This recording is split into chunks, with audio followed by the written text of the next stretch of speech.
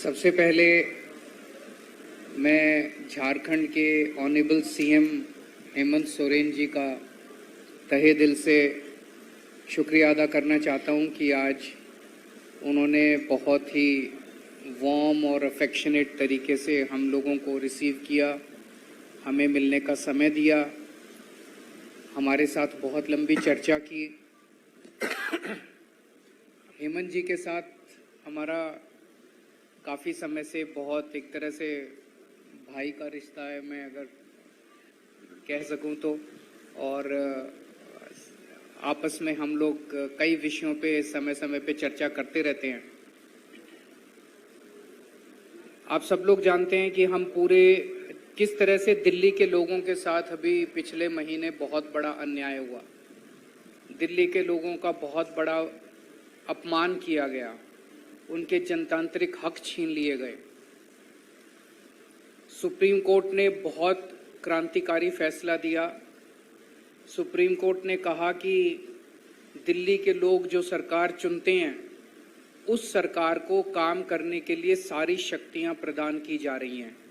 Supreme court ने सारी शक्तियां दिल्ली की सरकार को, दिल्ली एक यूनियन टेरिटरी माना जाता है, इसलिए समय समय पे मोदी सरकार ने हमसे बहुत सारी शक्तियां छीन ली थी, लेकिन 11 मई को सुप्रीम कोर्ट ने आदेश पारित करके वो सारी शक्तियां दिल्ली के लोगों को वापस, दिल्ली की चुनी हुई सरकार को, कि दिल्ली के लोग जिस भी सरकार को चुनेंगे, चाहे इस पार्टी की चाहे उस पार्टी की, उस सरकार को काम करने के पूरे अधिकार होंगे। दुर्भाग्यवश 11 मई को ये ऑर्डर आया और 19 मई को, 8 दिन के अंदर 19 मई को रात को 10 बजे, रात के अंधेरे में मोदी सरकार ने अध्यादेश जारी करके सुप्रीम कोर्ट के आदेश को पलट दिया। मोदी सरकार ने कहा कि नहीं, दिल्ली की सरकार को हम काम नहीं करने देंगे, दिल्ली वाले जो मर्जी सरकार चुने उसको हम काम नहीं करने देंगे, उसके पास काम करने के लिए कोई शक्तियां नहीं होंगी। ये तो एक तरह से दिल्ली के लोगों का अपमान है, दिल्ली के लोगों के अधिकार छीन लिए गए और दिल्ली के लोगों को बिल्कुल एक तरह से जनतंत्र के अंदर एक बेदखल कर दिया गया, पूरी की पूरी दिल्ली के 2 करोड़ लोगों को। अब ये जो अध्यादेश जारी किया गया है, ये संसद में आएगा, संसद के मॉनसून सेशन में। तो बीजेपी की लोकसभा में तो बहुमत है, लेकिन राज्यसभा में बीजेपी के पास बहुमत नहीं है। उनकी 93 सीट्स हैं 238 में से। तो अगर नॉन बीजेपी सारी पार्टियां इकट्ठी हो जाएं तो इस अध्यादेश को हराया जा सकता है, इसको बिल को हराया जा सकता है। ये बात केवल दिल्ली की नहीं है, ये बात इस देश के जनतंत्र की है, फेडरल प्रिंसिपल्स की है। आज ये दिल्ली के लिए ऐसा अध्यादेश लाए हैं, कल ये ऐसा ही अध्यादेश झारखंड के लिए ला सकते हैं, राजस्थान के लिए ला सकते हैं, पंजाब के लिए ला सकते हैं, हरियाणा के लिए ला सकते हैं, तमिलनाडु के लिए ला सकते हैं। किसी भी राज्य के ऊपर कानून पास करके, अध्यादेश पास करके उसके हकों को छीना जा सकता है। ये तो एक तरह से देश की आजादी की बात है कि जनता सरकार चुनती है और सरकार के पास जनता के सपने पूरे करने के लिए, उनकी जरूरतों को पूरे करने के लिए सारे अधिकार होने चाहिए। ये एक तरह से संविधान के साथ छेड़छाड़ कर रहे हैं, संविधान के बेसिक मूल्यों के साथ छेड़छाड़ कर रहे हैं। हर हिंदुस्तानी का फर्ज है कि इस अध्यादेश का विरोध किया जाए। अभी हम पूरे देश भर में घूम रहे हैं और हमें सभी पार्टियों का बहुत अच्छा सहयोग मिला। आज काफी लंबी चर्चा हुई हेमंत जी से, और मैं दिल्ली के लोगों की तरफ से हेमंत जी का और उनकी पार्टी का तहे दिल से शुक्रिया अदा करना चाहता हूं कि उन्होंने पूरा सहयोग देने का हमें आश्वासन दिया है कि संसद के अंदर भी और संसद के बाहर भी जनतंत्र को कुचलने के लिए ये जो अध्यादेश लाया गया है, इसके खिलाफ वो पूरा हमें समर्थन देंगे। और दूसरी पार्टियों से भी मेरी सबसे अपील है, वैसे मैं सबसे जाके मिल रहा हूं, सबका समर्थन भी मिल रहा है, लेकिन बाकी और अन्य पार्टियों से भी अपील है कि वो भी जन विरोधी, राष्ट्र विरोधी ये जो कानून है, इसका विरोध करें।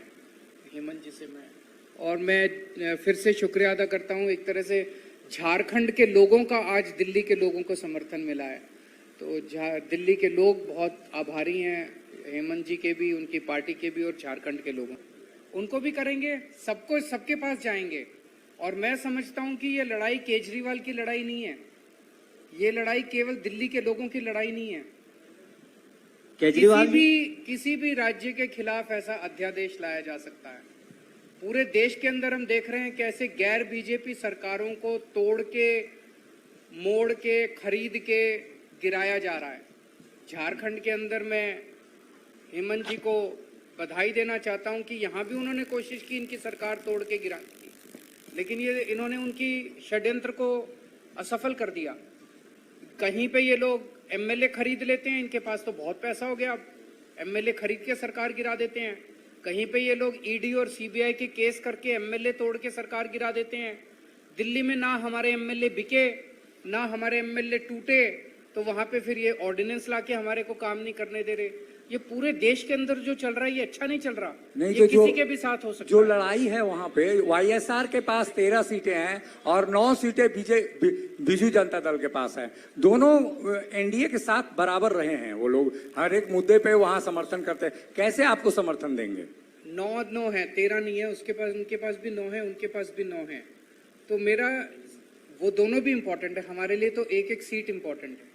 और मैं तो हर बीजेपी के सांसद को भी चिट्ठी लिखूंगा कि ये लड़ाई आपकी बीजेपी की पार्टी की नहीं लड़ाई है, ये लड़ाई देश की लड़ाई है, ये लड़ाई आजादी की लड़ाई है, हमारे देश के अंदर जनतंत्र को कायम रखने की लड़ाई है। और मेरा दिल कहता है ये बिल पास नहीं हो सकता संसद से। केजरीवाल जी, जिस तरह से कांग्रेस अब तक इस पर किसी भी समर्थन पे बात नहीं किया है और राज्यसभा में इस अध्यादेश को गिराने के लिए कांग्रेस की अहम भूमिका है, तो क्या कांग्रेस से बातचीत आगे बढ़ी है? बढ़ेगी, जरूर बढ़ेगी, क्यों नहीं बढ़ेगी। हमने उनको टाइम मांगा है और हमें जरूर उम्मीद है कि वो टाइम देंगे भी। और वो संसद के अंदर इस ऑर्डिनेंस को गिराने में, मतलब मैं सोच नहीं सकता कि कोई भी पार्टी इस अध्यादेश के पक्ष में कैसे वोट कर सकती है। और ये जैसे मैंने कहा, मेरी लड़ाई नहीं है, पूरा देश देख रहा है, पूरा देश देखेगा। तो कांग्रेस को ये तय करना है कि वो जनतंत्र के साथ है, संविधान के साथ है, देश के 140 करोड़ लोगों के साथ है, या मोदी जी के साथ है।